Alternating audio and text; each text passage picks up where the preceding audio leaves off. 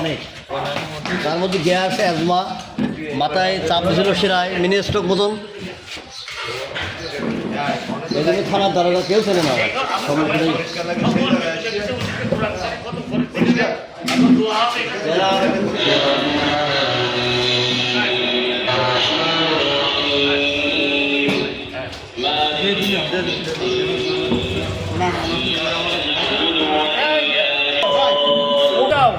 খবরটা দেওনি কেন?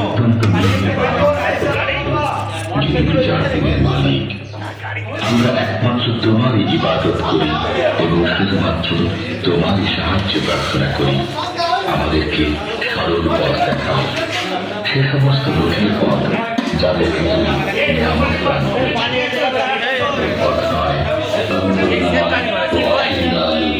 আল্লাহ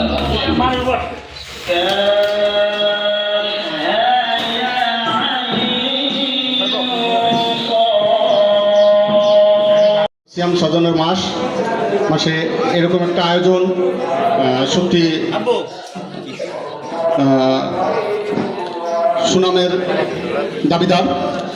আমি আশা করব সবাই মিলে সিয়াম সাধনা এবং ধৈর্যের সাথে দেশের শান্তি শৃঙ্খলা বজায় রেখে যাতে সহাবস্থান করতে পারি। সবাইকে ধন্যবাদ। ধন্যবাদ। আমাদের মাঝে উপস্থিত হয়েছেন কৃষি ব্যাংকের ব্যবস্থাপক জনাব হাজিউজ্জামান, সম্পাদক জনাব এস.এম. এনামুল হক।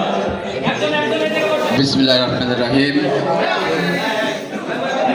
2004 সালে অবস্থিত ঐতিহ্যবাহী পাইকগাছা রিপোর্টার্স ইউনিট কর্তৃক আয়োজিত আজকের ইফতার পূর্বক দোয়া মাহফিলে মাহে রমজান ইফতার মাহফিলে আগত সকল মুসলিম ধর্মীয় মানুষ সকলকে বাংলাদেশ জাতীয়তাবাদী দল পাইকগাছা উপজেলা শাখার পক্ষ থেকে আন্তরিক অভিনন্দন এবং শুভেচ্ছা জানাচ্ছি।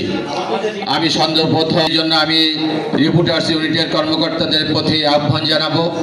পাশাপাশি আপনারা সকলে জানেন বহু দল ইফতার পূর্ব দোয়া মাহফিলে সম্মানিত সভাপতি, রিপোর্টার্স ইউনিটের সুযোগ্য সভাপতি জি.এম. মিজানুর রহমান উপস্থিত আছে।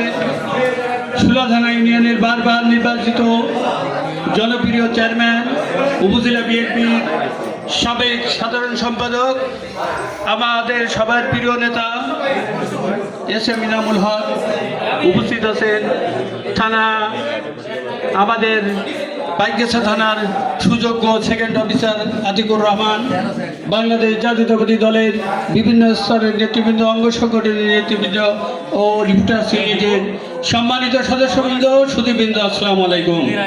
আজকে আপনারা জানেন যে আমাদের মাগফিরাতের দশক শেষ হতে চলেছে। আমরা এই রোজার মাধ্যমে এই রমজানের এই আত্মসংযমের মাসে ইফতার মাহফিলে, রিপোর্টার্স ইউনিটের ইফতার মাহফিলে আমরা বসে বসে হাত তুলেছি। ভুল ত্রুটি মার্জনা করে দিয়ে আমাদের এই ইফতার মাহফিলকে আপনি কবুল ও মঞ্জুর করে নেন আল্লাহ।